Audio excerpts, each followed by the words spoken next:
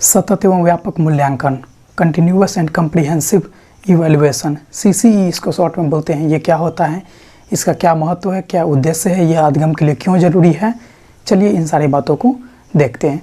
सतत एवं व्यापक मूल्यांकन, इसमें दो मूल्य, ये तो एक प्रकार का मूल्यांकन है, ये मूल्यांकन ही होता है, लेकिन इसमें जुड़ गया है सतत एवं व्यापक, दो शब्द जुड़ गया है। इसको समझते हैं बारीकी से। मूल्यांकन को हमने पिछले वीडियो में देख लिया है, मूल्यांकन के बारे में अच्छे से जान लिया है। अगर आपने उस वीडियो को नहीं देखा है तो मैं उस वीडियो का लिंक डिस्क्रिप्शन बॉक्स में डाल दिया हूँ, आप वहाँ से उसको देखकर मूल्यांकन के बारे में समझ सकते हैं। यहाँ पर क्या है कि सतत एवं व्यापक मूल्यांकन, यहाँ पर दो शब्द नया जुड़ गया है इसमें मूल्यांकन से ठीक पहले, सतत और व्यापक। सतत का मतलब होता है लगातार और व्यापक का मतलब होता है विस्तार, पूरा विस्तृत होता है व्यापक का शाब्दिक अर्थ।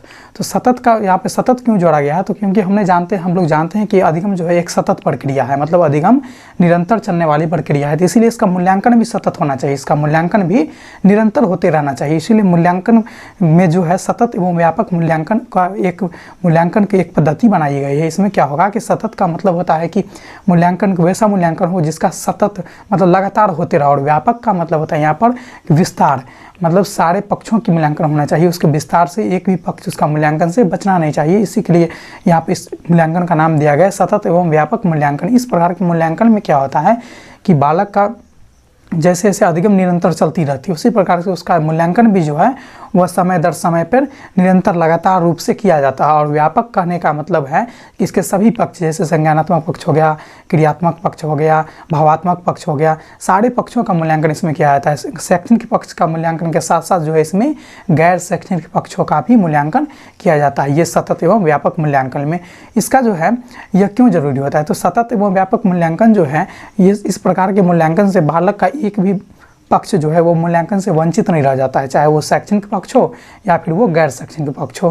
गैर शैक्षणिक पक्षों में तो सिर्फ ये पठन पाठन की कार्य आती है, पढ़ाई से रिलेटेड जो भी चीज़ें हैं वो सारे आती है हमारा शैक्षणिक पक्ष में। लेकिन गैर शैक्षणिक में क्या आएंगे, जैसे कि उनका जो हो गया क्रियात्मक पक्ष हो गया, भावात्मक पक्ष हो गया, खेल कूद वाला पक्ष हो गया, हस्तकला वाला पक्ष हो गया, ये सारी चीज़ें जो हैं जो कि पढ़ाई के अलावा विद्यालय में शामिल रहती है, विद्यालय के करिकुलम में ये चीज़ें शामिल होती है जो पढ़ाई से अलग होती है, पढ़ाई से हट के होती है, उन सारे चीज़ों का जो मूल्यांकन होता है वो सतत एवं व्यापक मूल्यांकन के अंतर्गत किया जाता है। और व्यापक शब्द जो है उन सारी चीज़ों को अपने अंदर समावेशित करता है, अपने उन सारी चीज़ों को अपने अंदर वो समाहित करता है व्यापक शब्द। इसीलिए इस प्रकार के मूल्यांकन का जो है व्यापक इसमें जोड़ा गया है।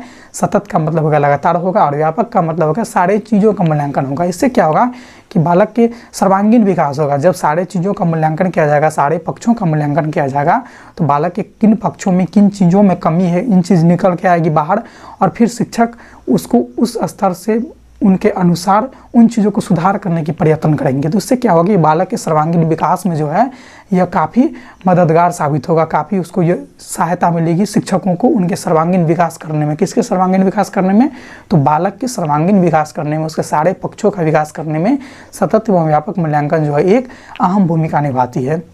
मूल्यांकन सिर्फ जो है, मूल्यांकन शब्द से ये स्पष्ट नहीं हो रहा है कि हम किन पक्षों का मूल्यांकन कर रहे हैं। हो सकता है उसका भावात्मक पक्ष का भी मूल्यांकन किया जा सकता है, शैक्षणिक पक्षों का भी किया जा सकता है, गैर शैक्षणिक पक्षों का भी किया जाता है, मतलब बहुत सारे पक्ष हैं, सारे पक्षों का किया जा सकता है। लेकिन उसमें ये निश्चित नहीं बताया जा रहा है कि वो किन पक्षों का मूल्यांकन करेगा। लेकिन सतत एवं व्यापक मूल्यांकन ये नाम से ये स्पष्ट है कि ये सारे पक्षों का मूल्यांकन करेगा और समय दर समय मतलब निरंतर करते रहेगा, एक समय बना रहेगा जिसके अंतराल पे वो रिपीट होते जाएगा। इस प्रकार का मूल्यांकन सतत एवं व्यापक मूल्यांकन कहलाता है। यह क्यों जरूरी होता है, सबसे इम्पोर्टेंट चीज़ है कि कोई भी चीज़ करते हैं वो हमारे लिए क्यों उपयोगी है, क्यों जरूरी होता है। तो सतत एवं व्यापक मूल्यांकन जैसे सबसे पहले हम लोग देखेंगे तो इससे शैक्षणिक एवं गैर शैक्षणिक दोनों पक्षों का मूल्यांकन होता है। शैक्षणिक कहने का मतलब पठन पाठन से संबंधित, और गैर शैक्षणिक कहने का मतलब हुआ कि पठन पाठन के अलावा जो सारे क्रियाकलाप विद्यालय में शामिल होती है, विद्यालय के करिकुलम में शामिल होती है, जो पठन पाठन के अलावा वो सारे चीज़ें आती हैं गैर शैक्षणिक में। तो इन दोनों पक्षों का इसमें मूल्यांकन किया जाता है।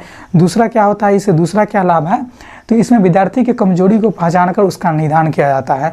ये मूल्यांकन का ही उद्देश्य है। और सतत एवं व्यापक चूँकि एक मूल्यांकन ही है तो इसमें सारे मूल्यांकन का उद्देश्य जो है वो यहाँ पर भी शामिल होगा। तो इसमें विद्यार्थी के जो भी कमजोर पक्ष होंगे, चाहे वो पठन पाठन शैक्षणिक पक्ष होंगे या फिर गैर शैक्षणिक पक्ष होंगे, जिसमें वो कमजोरी होंगे, जिसमें उनको सुधार की जरूरत होती है, उसको पहचान किया जाता है सतत एवं व्यापक मूल्यांकन के द्वारा और उसमें उचित सुधार किया जाता है।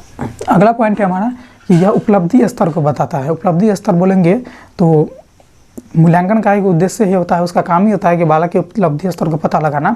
और ये इसका जो है काम क्या है कि सतत एवं व्यापक मूल्यांकन क्या करता है कि उपलब्धि स्तर को बनाए रखता है।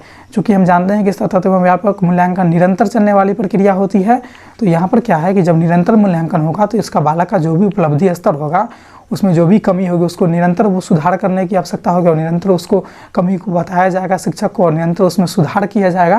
तो इससे क्या होगा कि उसके उपलब्धि स्तर जो है वो निरंतर बने रहेगा, बालक के उपलब्धि स्तर जो है वो हमेशा निरंतर बने रहेगा। ये कौन करता है? तो ये सतत एवं व्यापक मूल्यांकन के द्वारा किया जाता है। अगला है हमारा कि यह शिक्षक को सही कार्यनीति बनाने में मदद करता है। शिक्षक को सही कार्यनीति बनाने में इसलिए मदद करता है, इस प्रकार से मदद करता है कि चूँकि सतत एवं व्यापक मूल्यांकन बताता है कि बालक को कहाँ पे कमी आ रही है। जब कमी को बालक को के कमी को शिक्षक को दिखाता है, दर्शाता है, शिक्षक को इस बात का जब ज्ञान होता है कि बालक को यहाँ पे कमी है, तो शिक्षक अपने नीति में बदलाव करते हैं, शिक्षण नीति में बदलाव करते हैं, अपने पढ़ाने के तौर तरीके ढंग में बदलाव करते हैं, जिससे कि बालक को उन चीज़ों को आसानी से समझ में आ जाए। तो शिक्षक जो अपने पढ़ाने की नीति में जो बदलाव किए वो क्यों किए? क्योंकि उनको सतत एवं व्यापक मूल्यांकन बताता है कि वो जो नीति से पढ़ा रहे हैं, वो जो शिक्षा नीति, वो जो विधि अपना रहे हैं, उनसे कुछ बालक को समझने में असफलता होती है, समझने में कठिनाई हो रही है। इसके कारण क्या होगा कि सतत एवं व्यापक मूल्यांकन के कारण शिक्षक को नीति बनाने में भी मदद मिलती है। आगे हम बात करते हैं कि निरंतर मूल्यांकन होते रहने से बालक में परीक्षा का अनावश्यक डर खत्म हो जाता है। बालक में परीक्षा का डर होता है, जैसे कोई भी बालक होता है वो परीक्षा के नाम से डर जाता है कि परीक्षा होने वाला, अब क्या होगा, इसमें कितना नंबर आएगा, कैसे होगा, पास करेंगे, फेल कर जाएंगे, बहुत सारी चीज़ें हों जो उनके दिमाग में चलती रहती है परीक्षा के नाम सुनकर ही। तो जब लगातार आप उन चीज़ों को करते रहिएगा, कक्षा में करते रहिएगा, पढ़ाने के समय करते रहिएगा, पढ़ाने के बाद जैसे चैप्टर ख़त्म होती है, सेशन समाप्त होती है, वहाँ पे कीजिएगा। तो जब लगातार उन चीज़ों से बालक गुजरेगा, परीक्षा जैसे माहौल से लगातार गुजरेगा, तो क्या होगा कि बालक के जो मन में पहले से बैठा रहता है कि परीक्षा में क्या होगा, कैसे क्या करना है, जो अनावश्यक डर बना रहता है, वो चीज़ धीरे धीरे ख़त्म होने लगती है। तो सतत एवं व्यापक मूल्यांकन से क्या होगा कि जब मूल्यांकन लगातार होगी, निरंतर होगी, तो बालक में इस प्रकार का जो भी डर होता है अनावश्यक परीक्षा वाला, वो डर धीरे धीरे खत्म हो जाता है। और परीक्षा में जब बालक बैठते हैं तो वो भयमुक्त होकर अपने क्वेश्चन का आंसर करते हैं और अपने जितना ज़्यादा से ज़्यादा हो सके वो सही आंसर अपने दे सकते हैं, क्योंकि उनको डर खत्म हुआ रहा हो चुका होता है उन समय तक। तो यही हमारा सतत एवं व्यापक को लेकर के कुछ विशेष पॉइंट थी जिसको हमने चर्चा किया। सतत व्यापक मूल्यांकन के बारे में जाना, उसके क्या उद्देश्य होते हैं, इन सारे के बारे में जाना। एक बार फिर से रिवाइज कर लेते हैं कि सतत एवं व्यापक मूल्यांकन क्या होता है। ये दो शब्दों से मिलकर बना है, सतत एवं व्यापक। सतत का मतलब होता है निरंतर, व्यापक का मतलब होता है विस्तारित रूप से। मूल्यांकन का अर्थ होता है कि विद्यार्थी के उपलब्धि स्तर को पता लगाना।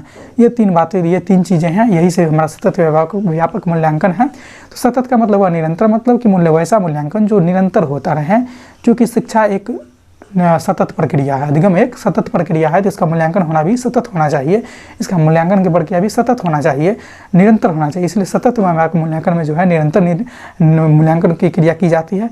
व्यापक का मतलब होता है कि विस्तार, मतलब क्या है कि ये व्यापक मतलब विस्तार हुआ, यहाँ पे सारे पक्षों का मूल्यांकन किया जाएगा। बालक के जो भी पक्ष होंगे, संज्ञानात्मक पक्ष हो सकते हैं, क्रियात्मक पक्ष हो सकते हैं, भाषागत पक्ष हो सकते हैं, शैक्षणिक पक्ष हो सकते हैं, गैर शैक्षणिक पक्ष हो सकते हैं, जितने भी सारे पक्ष होते हैं, सारे पक्षों का मूल्यांकन और निरंतर मतलब लगातार रूप से किया जाए, उसी प्रकार का मूल्यांकन क्या कहलाएगा, वही मूल्यांकन क्या कहलाता है हम लोगों का सतत एवं व्यापक मूल्यांकन होता है।